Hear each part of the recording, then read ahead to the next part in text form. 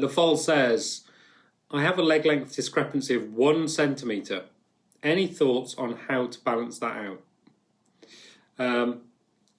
So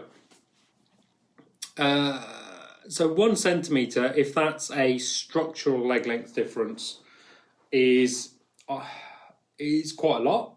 It's not the most we've seen. There's a Paralympian that I've worked with that has a larger leg length discrepancy than that, but 1 centimetre is pretty significant. So I would say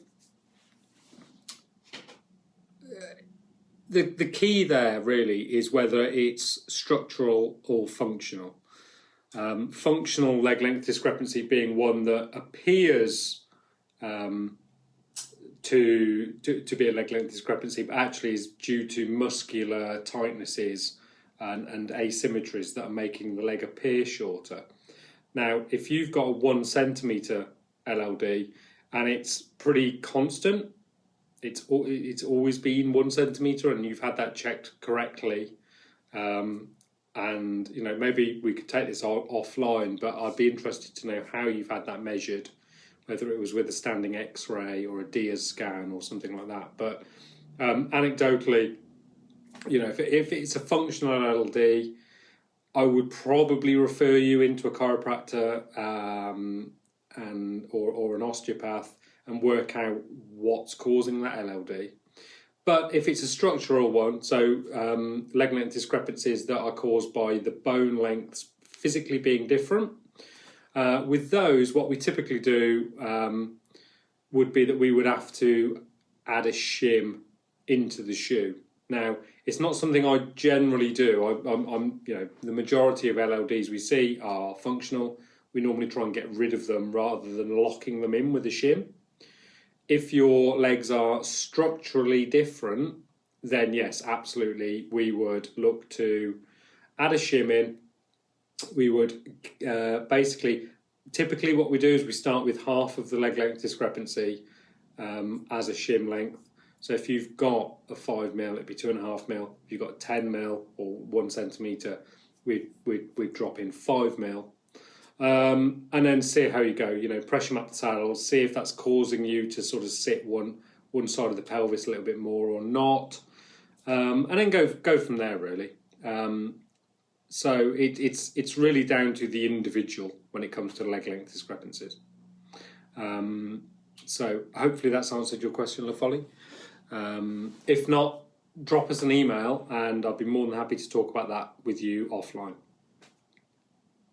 Hi to all the others that have just come on. Hello, Mark. I hope you're well. I have your question here on the list, so I'll cover that shortly.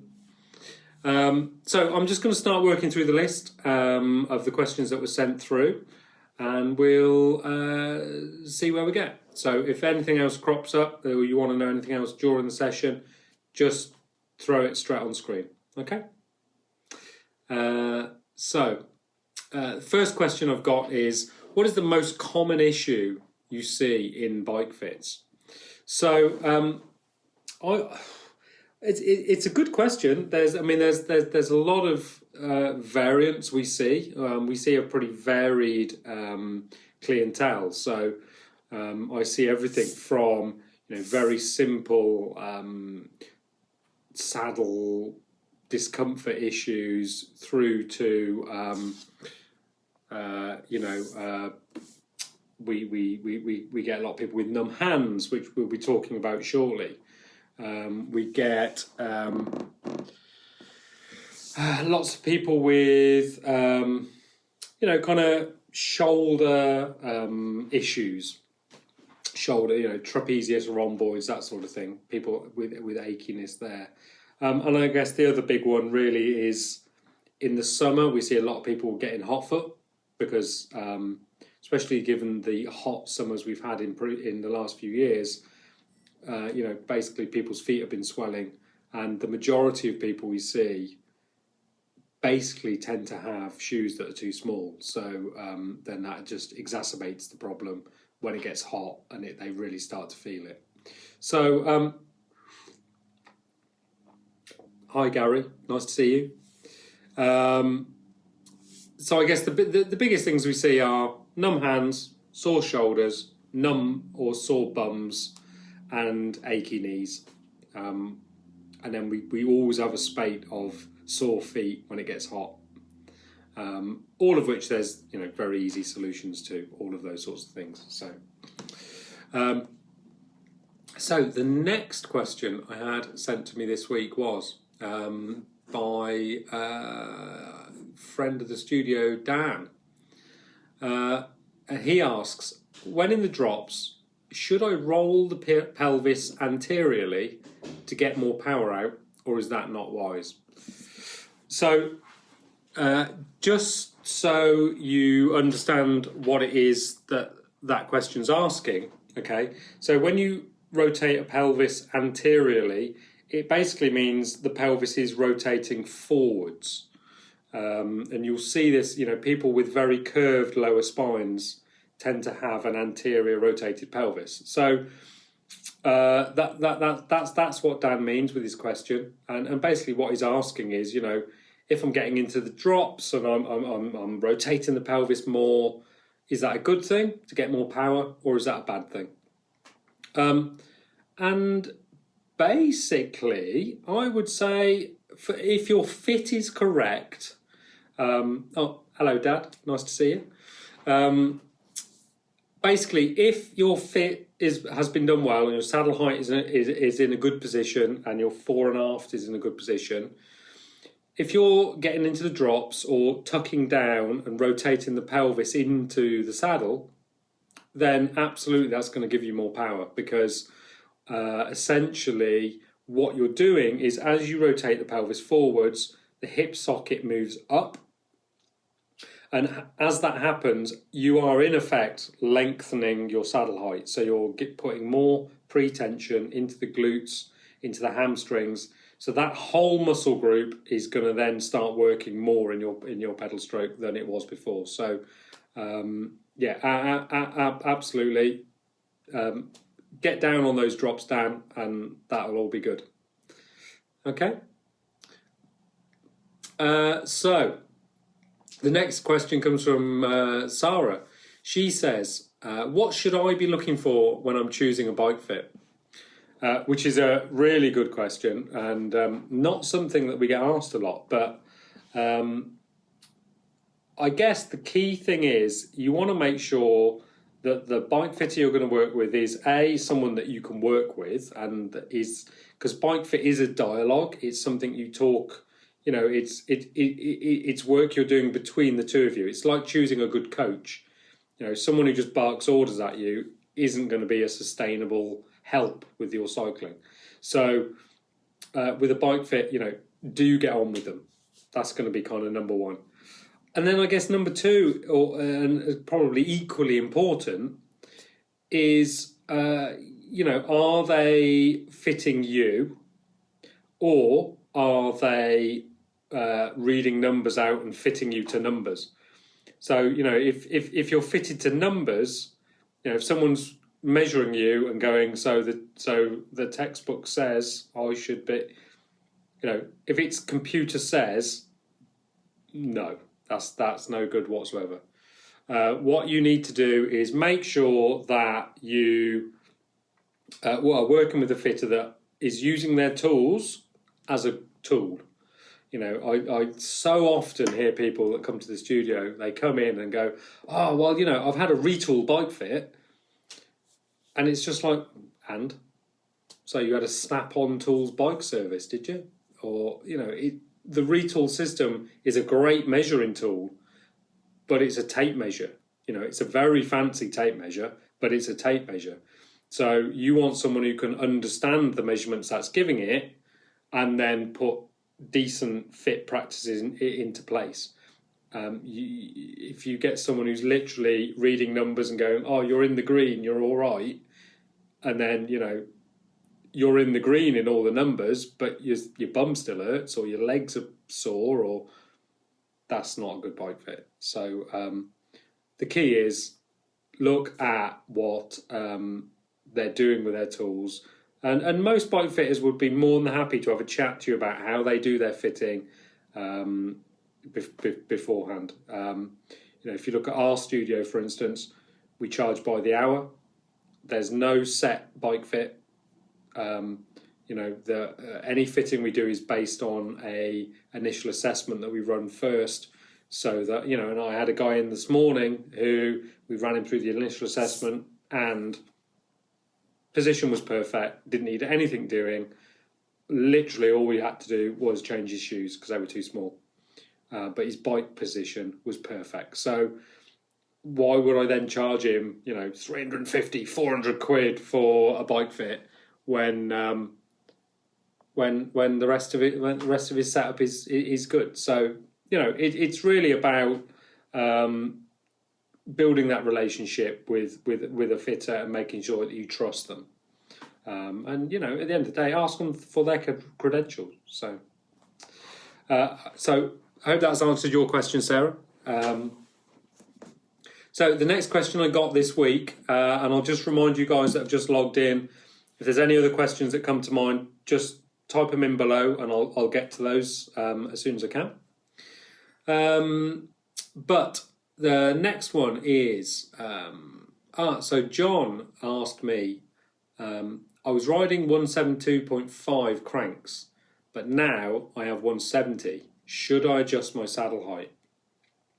Which is a great question because I get asked this a lot in the studio. So what you need to do in this instance, okay, is just think about it.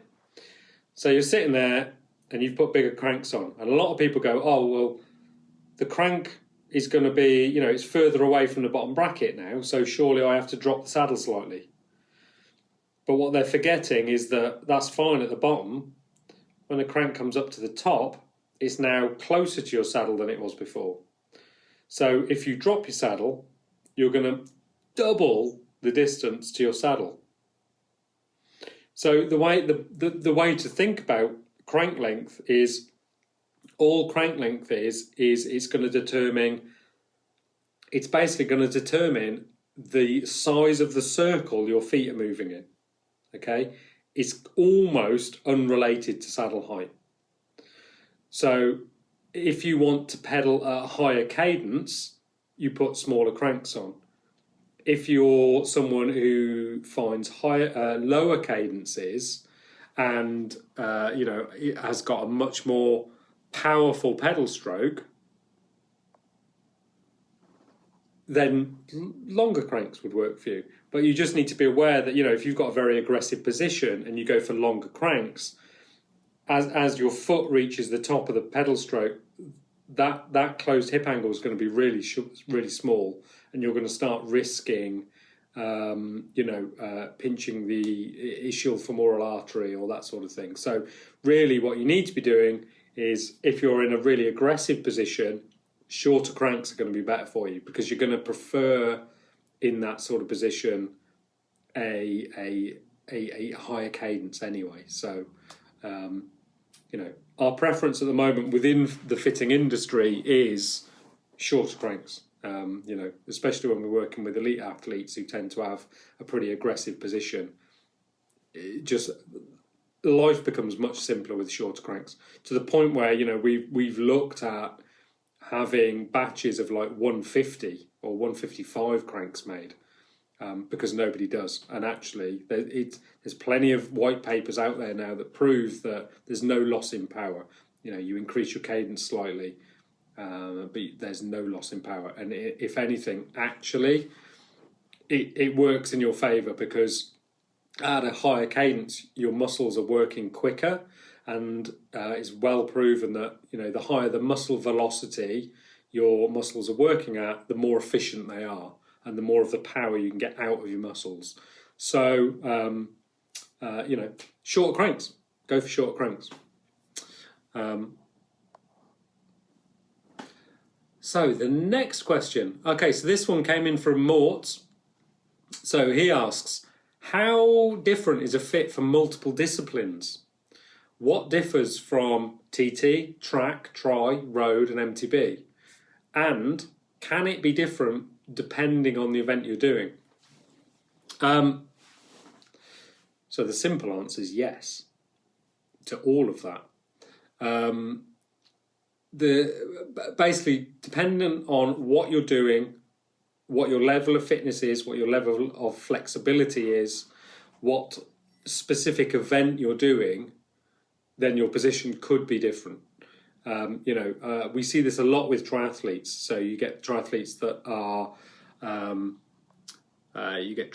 doing sprints. Hello, Mark. You get triathletes that are then wanting to progress from sprints into half Ironman or full Ironman. The position on their bike for those two events is going to be very different. If you're going to sit on your bike for 25 minutes, you can kind of deal with most positions. You can be pretty aggressive, really max out your aerodynamics. If you're going to try and do over 100 miles in that position, the amount of fatigue your muscles can bear is going to be very different. So that position has to be different. And so, literally for every discipline you do, your position is potentially slightly different. And I see this, there's some of the athletes I work with who do time trial, track, road, cross-country mountain bike. And their position on every discipline is specific to that discipline. And almost at that level, it's specific to the event that's coming up, So when I've worked in the past with cross-country or downhill mountain bikers, the position will change per the course.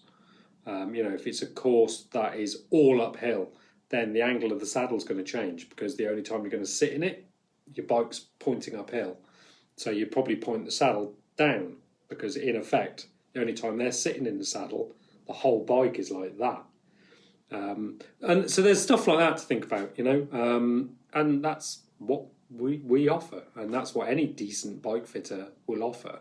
And that's why Bike Fit charged by the hour is more efficient, because, if you've got a big event coming up, you pop in, you have a half-hour session, you get it sorted for that event, off you go. Next event, you come in, ready for your training, and so on and so on. So, it's little and often, if you're really serious about your cycling, is where it's at. I've got a visitor. Hello. I've come to get my charger. Oh. Apparently she's come to get her charger. Please ignore my daughter. I'm on the floor so you can't see me. The next question comes in from Mark, who hopefully is still here. So Mark says, I've been known to get misaligned hips in the past, which have been fixed by a chiropractor when it's bad, but I don't suffer any pain from riding, but I have developed bigger quads on the left. I also have dominant left 53 to 47%. Does this sound like a problem? So I guess, really, this is a question about asymmetry. And the thing is, what we all have to remember, bicycles are engineered perfectly symmetrical. And we are not, right? We're organic. We're by our very nature never going to be perfectly symmetrical, Look at yourself in the mirror and put your nose straight, and then look at your ears. I think you'll all be a little bit shocked. Me especially. So what you need to think about is, are you in pain when you're on the bike? Are you getting your power out? Now, unless the power differential is really significant, it's not something I would particularly worry about. I see people in the studio putting in 55 to 45% power outputs. I'm not worried about it. To me, as a fitter, what that is it's more of an indication of what it might be going on, or of where the asymmetry might be coming from. And that's then something that we can look to try and work out of the system. But purely in terms of performance, honestly, I wouldn't worry about it. Anything up to about 10%, I honestly wouldn't worry too much. As long as you're getting the power out, that's the important bit. Okay. There's probably an awful lot more I could talk about on that,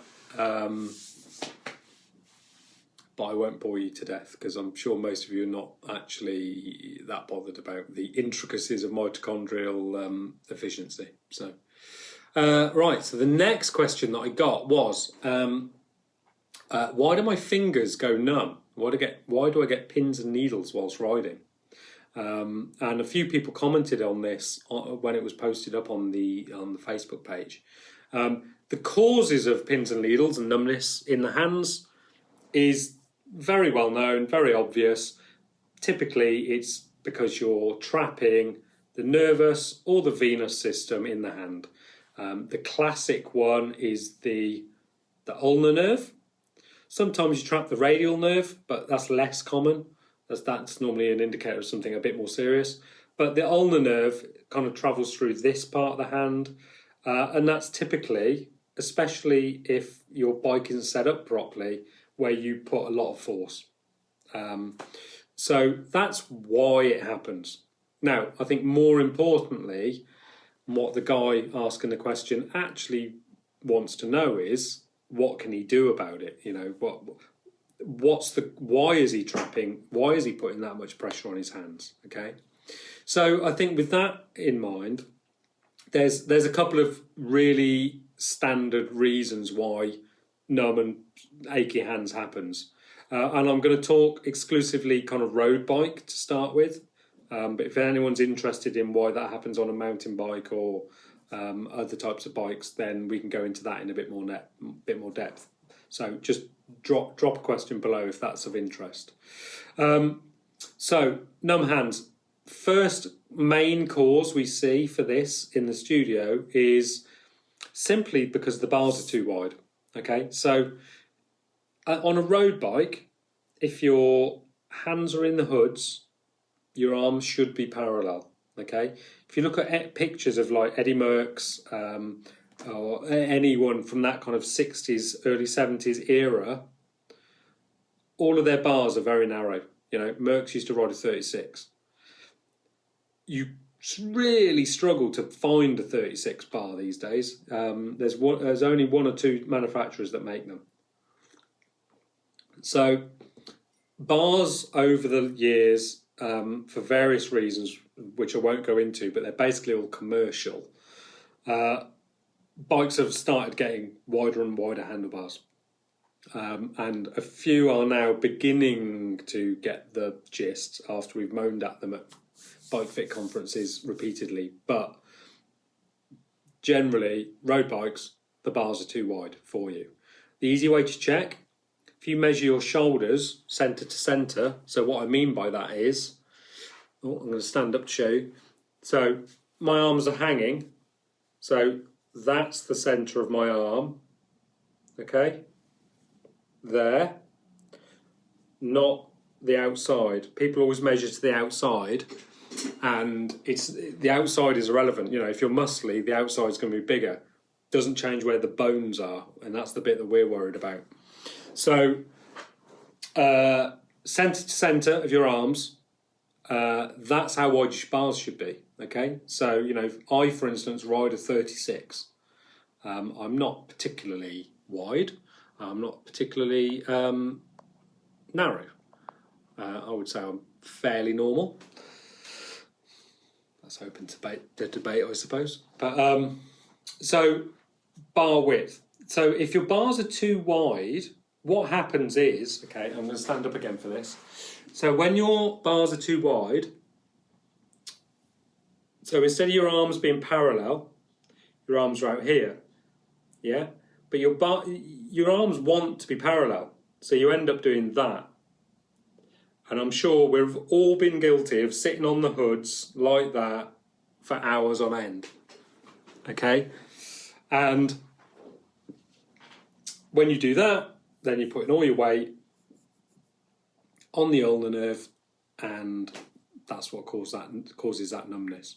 So, hi Alan, hi Charlie, nice to see you here. I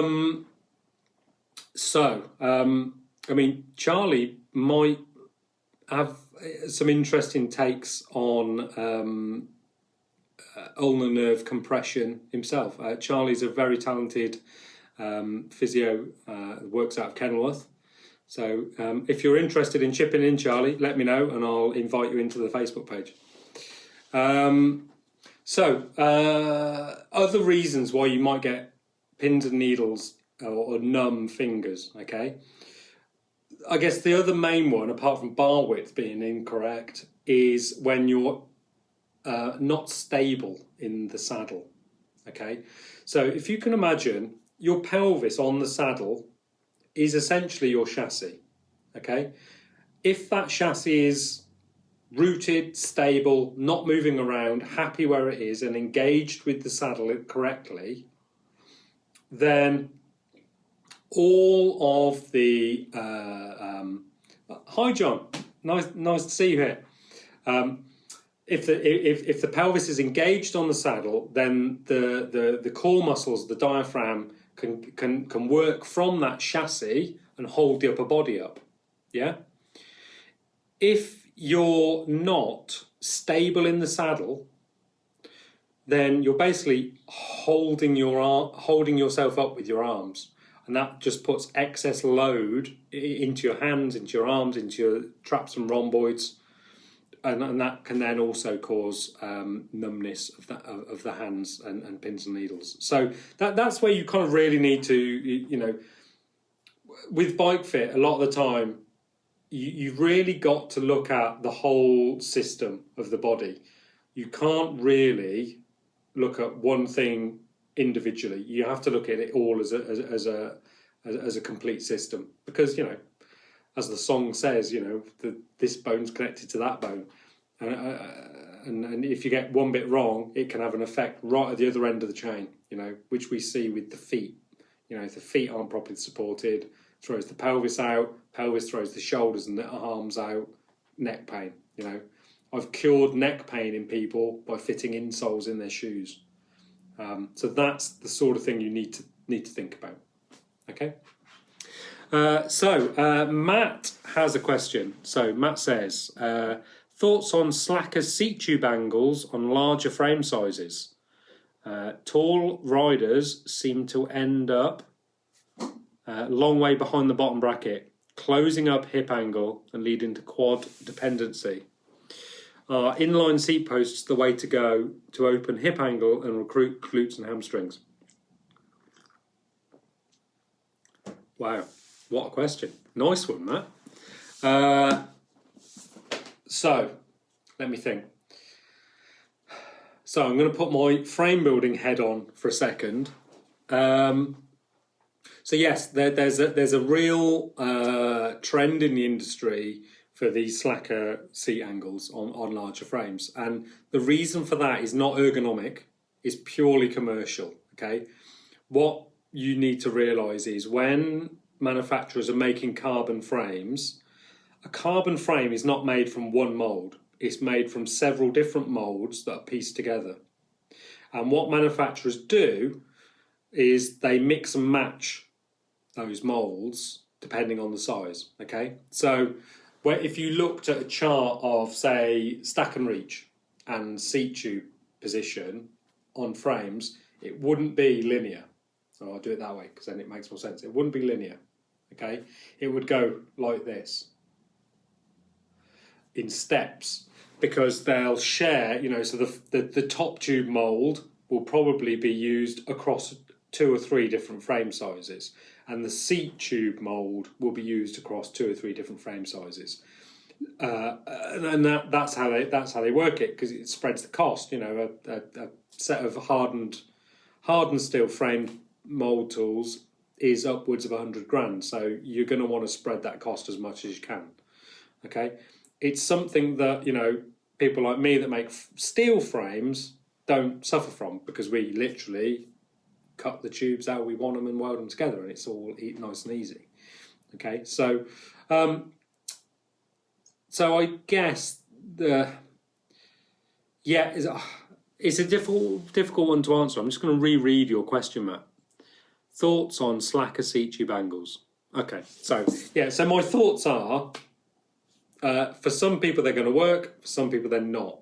And the total reason for that is that, you know, if you happen to be within the range that bit of the moulds works for, great, and if you don't, you don't.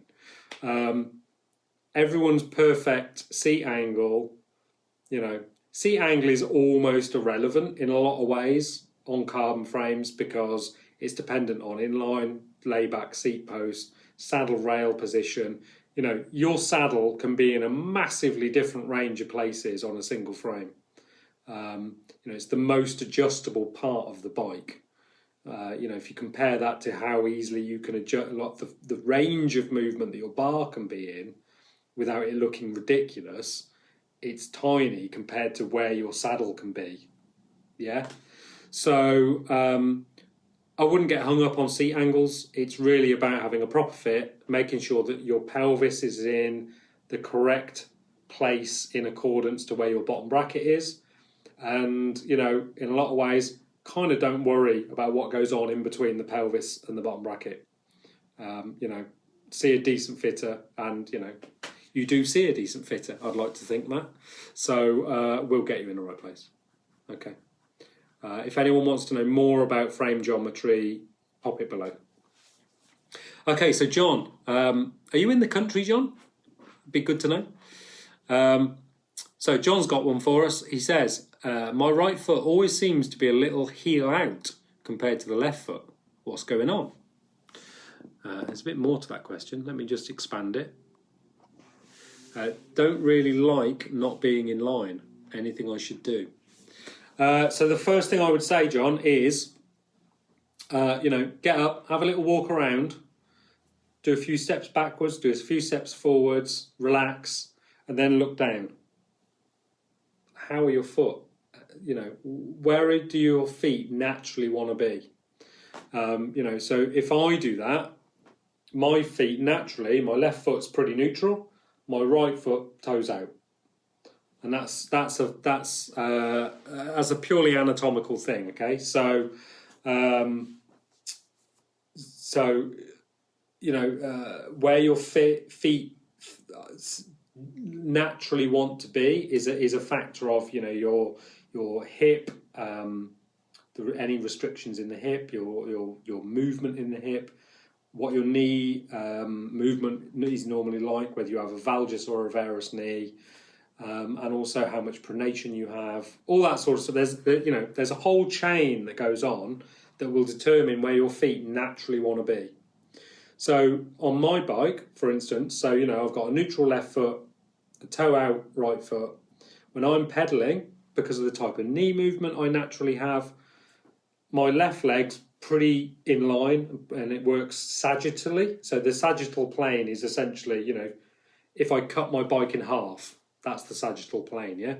My left knee, totally perfect, neutral, lovely. My right knee, because my foot naturally wants to be like that and I have overpronation and my knee's a bit valgus, my right knee will brush the top tube fairly regularly through a ride. That's just how I am. It's not a right thing or a wrong thing. That's just anatomy. You know, we're organic, we're not symmetrical. So honestly, I wouldn't worry about it. The worst thing you can do, and there was a bit of a trend for this a few years ago within bike fitting, the worst thing you can do is try and make yourself into a robot and have everything straight and have to track.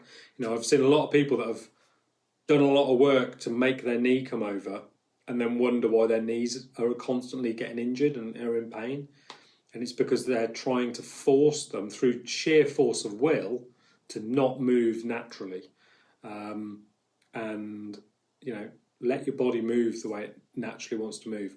If you really need to change up how something's working because it's giving you injury, then that's, you know, bit of rehab, bit of prehab, working on strength, flexibility, conditioning, all that sort of stuff. You know, so you're right, it is just you. So chaps, is there any more questions? I have rabbited on now for 40 odd minutes, so I'm kind of feeling like this might be a nice time to wrap it up, unless any of you have got any more questions. I'll just wait for a couple of minutes to see if there's any more. But otherwise, really appreciate you logging in, guys. Thanks for tuning in to see what we've got to say. If any of you got any questions that you'd like to discuss offline, you can always contact us through our website, veloatelier.co.uk, or through any of our social media channels. You're obviously already on our Facebook page. And you know, if you don't already like our page or our Instagram, which is Velo Atelier, or our YouTube channel, sorry, I'm being the media whore now, our Meteor Works YouTube channel, where we're constantly putting new content up on there as well. Anything you want to ask me, contact me through any of those mediums, and we'll do our best to answer you as quickly as possible.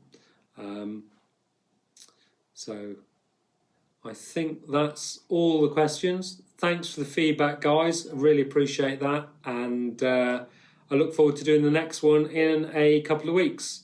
We're undecided what the subject's going to be, so if you've got anything you'd specifically like us to talk about, whether it's frame building or shoes or frame design or whatever, drop me a line, let me know, and I'll come on here and bore you to death about it. Okay? So thanks for tuning in, guys. Really appreciate it. I hope you're all safe and well and getting through the world as it is today. And I hope to see you all soon. Okay, thanks. Bye-bye.